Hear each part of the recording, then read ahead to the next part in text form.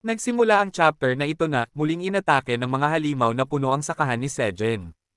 Upang labanan ang problema ng mga corrupted ants, nagdala si Sejen ng bagong sandata. Sinindihan niya ang isang piraso ng kahoy mula sa halimaw na corrupted ant, at pagkatapos ay binigay niya ito kay Kyung upang itapon sa mga kaaway. Sumabog ang proyektil sa pagdating nito sa grupo ng mga halimaw. At imbis na direktang pinsala, sinisindihan nito ang mga mas maliliit na halimaw. Samantala, pinabagsak ni na Sejen at Kyung ang mga corrupted ants na malapit sa kanila. Natapos nila ang mga mas maliliit na halimaw sa loob ng ilang minuto dahil sa tulong ng apoy na pumatay sa karamihan sa kanila.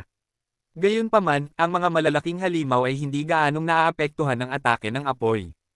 Habang tinitingnan ni Sejen ang mga ito, napansin niyang ang mas mahuhusay na miyembro ng kanyang grupo ay nakikipaglaban sa kanila. Ang itim na mandirigmang kuneho ay sumugod sa mga halimaw na corrupted ant at isa-isang pinabagsak ang mga ito. Sinadyang pinupuntirya niya ang kanilang mga braso at paa na hindi na sila makagalaw o lumaban. Pagkatapos, sumali ang nanay ni Kyung sa laban, pinapalupog ang mga halimaw na puno gamit ang kanyang malalakas na mga paa. Habang pinagsasama nila ang kanilang lakas upang sirain ang mga kaaway, tanging si Sejen ay nanunood ng may paghanga. Hindi pa rin niya mapaniwalaan na sapat na sina Kyung's mom at ang itim na mandirigmang kuneho upang labanan ang mga sumasalakay na halimaw. Habang abala siya sa pag-iisip, isang halimaw na sanga ang umatake sa kanya, at agad siyang nakareact upang iligtas ang sarili. Ang tanging dahilan kung bakit sila nakareact sa banta ng mga corrupted ants ng tama sa oras ay dahil ang Mama Bear ay handa sa anumang panganib. Iyon ang dahilan kung bakit nakaiwas sila ng malaking pinsala sa sakahan. Pagkatapos ng huling atake, hiniling ni Sejen kay Kyung's mom na lumipat malapit sa sakahan, at napatunayang tama ang kanyang desisyon. Sinabi ni Sejen sa kanya na dahil sa masamang relasyon niya sa mga corrupted ants, wala siyang magagawa. Dahil ang Minotaur King at ang Mama Bear ay may mabuti ng ugnayan. Hindi na niya kailangan bantayan ang kanyang hangganan sa kanyang teritoryo. Sinuyo niya ang Mama Bear ng maraming karne ng pulang tipaklong para lang lumipat malapit sa kuweba, at agad niyang piniling mag-impake. Sa ngayon, kakalabas lang niya ng huling halimaw na puno at sinabi kay Sejen na wala namang espesyal sa mga iyon. Nagpasalamat si Sejen sa kanya, ngunit napatingin sa kalat sa lupa at nagtataka kung kailan ito lilinisin. Noong oras na iyon, dumating ang ilang itim na Minotaur upang magtrabaho. Nagulat sila na muling umatake ang mga corrupted ants. Sinabi ni Sejen sa kanila na dumating sila ng walang babala. Hiniling niya sa kanila na tulungan siya sa paglilinis ng kalat dahil sa mga bahagi ng corrupted ant na kalat sa paligid at ang pinsalang ginawa sa bukid, hindi na sila makakapagtrabaho sa kahit ano pa. Nagreklamo siya na hindi niya magamit ang kanyang talento bilang may-ari ng lupa sa ngayon, noong isa sa mga akal ang patay na corrupted ant ay biglang gumalaw. Galit na tinadyakan ito ni Sejen, iniisip kung nasaan na ang puno na sinusubukan nilang i-corrupt. Samantala, sa ika-52 palapag ng tore, si Theo ay kasama ang veteranong mangangaso na si Tijen, at patungo sila sa isang sulok ng palapag. Tinanong ni Theo si Tijen kung saan siya dadalhin. Hindi sigurado si Theo sa ginagawa niya dahil ang daan ay papunta sa isang dead end. Tinanong siya ng pusa na mga ngalakal kung paano siya nakarating sa ika-52 palapag ng mag-isa gayong napakahina niya sa direksyon na maaari pa siyang makipagkumpetensya kay Roronoa. Tinanong niya kung hindi ba siya gumamit ng mga waypoint upang umakyat sa tore, at nang ailapag siya ni Tijen sa lupa, sinabi niya na umakyat siya gamit ang isang linjon. Nagulat si Theo at kinumpirma sa veteranong mangangaso kung talaga bang tinutukoy niya ang prutas ng dimensional fragment. Sinabi ni Theo na ang linjin ay may masamang enerhiya kaya hindi ito dapat gamitin ng walang ingat. At bago pa man iyon, hindi ito isang bagay mula sa Black Tower. Ito ay isang item mula sa labas ng tower at sa makatuwid ay ilegal. Sinabi ni Theo kay TJ na kailangan niyang i-report siya sa pamunuan ng passageway. Pero hindi ito alintana ni Tijen. Sa halip nakuha niya ang ilang sagot kung bakit madalas nawawala ang kanyang mga linjin. Dahil maaaring matuklasan ng ibang residente ng tower ang mga ito. Gayunpaman, nagtago siya ng isa ng ligtas para sa pagbabalik. Ipinakita ni Tijen ang isang bagay na itinago niya sa ilalim ng tela. At nagulat si Theo nang makita ang isang plant snake monster. Ito ang unang pagkakataon na nakakita siya ng berdeng linjin na ganito. Sinabi ni TJ na dahil maikli ang buhay ng mga linjin. Kung hindi niya ito gagamitin ngayon, malalanta ito kaagad. Sinabi niya kay Theo na sumama sa kanya. Pero tumanggi ang cat merchant na gumawa ng ilegal na bagay. Inalok siya ni TJ ng 2 churros. Pero mariing tumanggi si Theo na labagin ang batas, kahit ano pa ang kanyang alok. Basta itinapon na lang ni Tijen ang mga churros. At sa pagkakalip ni Theo para saluhin ang mga ito, napagtanto niyang niloko siya. Nalip siya, patungo sa Linjin para saluhin ang mga churros. At bumukas ang bibig ng plant snake para lunukan siya ng buo. Sumunod si Tijen. At nahulog sila sa isang dimensional portal.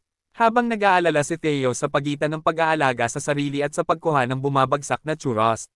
Sa kalaunan, lumabas sila sa Linjin sa ika-38 palapag sa base camp ng Phoenix Guild doon. Nang mapansin sila ni Dongshek, tinanong niya ang kanyang master kung paano siya biglang naroon. Mas lalo pang nagulat si Theo nang makita siya doon. Nagpanik si Dongshek habang tinatanong si Tijen kung kailan sila nagkita. At ano ang nangyari sa sumpa o sa nagliliyab na baboy. Tinanong siya ni Dongshek kung natalo na niya ang boss monster sa ika-52 palapag. Sinabi ni Tijen na marami siyang tanong.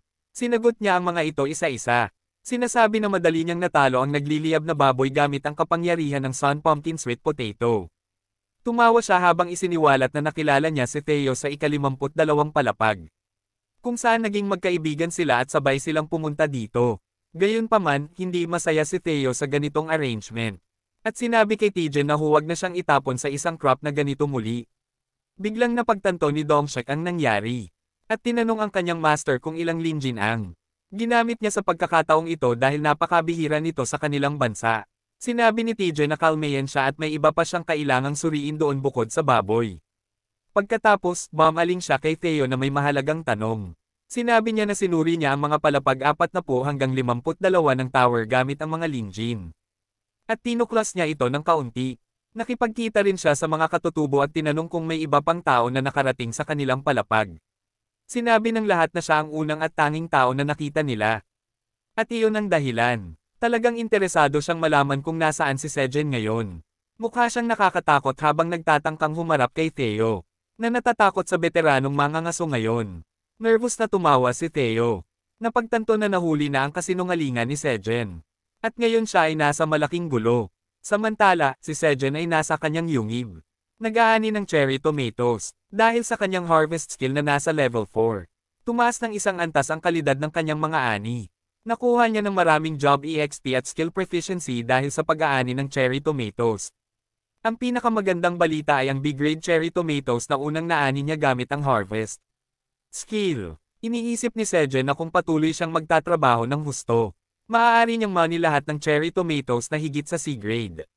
Biglang tinawag siya ng mga rabbits. Sinabi sa kanya na ang huling bahagi ng pagkain ay naihatid na. Sinabi ni Sejen na pupunta siya doon kaagad. Pero habang tumatalikod siya, biglang napagtanto niya. Naalala niya ang mga salita ng naghihingalong langgam na lahat ay narito. Nagtataka siya kung ang punong hinahanap ng mga langgam ay narito. Nagsimulang maglakad-lakad siya na nagsasabing walang mukhang espesyal. Biglang napansin niyang namatay na ang bonfire sa kanyang yungib. At bigla siyang naalala. Habang iniisip na hindi pa namamatay ang bonfire mula nang una niyang sindihan ito. Hindi niya rin alam kung kailan ito namatay dahil lumabas siya. Nagfideling si Sejen sa abo. Iniisip na dapat niya itong sindihan muli dahil ang mga baby rabbits ay narito pa rin. Biglang napansin niyang may seedling na nakatago sa ilalim ng abo. Nabigla si Sejen nang makita ito. At biglang nakarinig siya ng boses sa kanyang ulo. Tinatawag siyang master at sinasabing sa wakas, napansin siya nito. Nagulat si Sejen na ang sprout ay nagsasalita sa kanya. At biglang, lumabas ang isang cute na maliit na plant spirit. Binati siya, sinasabing hinihintay niya ang araw na ito mula sa ilalim ng lupa. Masayang ngumiti siya habang ipinakilala ang sarili bilang Flame. Ang apple tree seed na itinanim ni Sejen sa yungib noon. Nabigla pa rin si Sejen. Pero sa wakas, naintindihan niyang si Flame ang punong tinitingnan ng mga corrupted ants. Iyon lang para sa video na ito. Maraming mga kawili-wiling bagay sa video na ito. Una ay ang Linjens na ginagamit ni Tijen upang lumundag-lundag sa tower. Magdudulot ba ito ng anumang problema sa hinaharap? Tanging oras lamang ang makakapagsabi. Maaari tayong umasa na ipagpapatuloy ni Tijen ang paghabol sa lihim ni Sejen. At maaaring may mga kawili-wiling pag-unlad sa pagitan nila.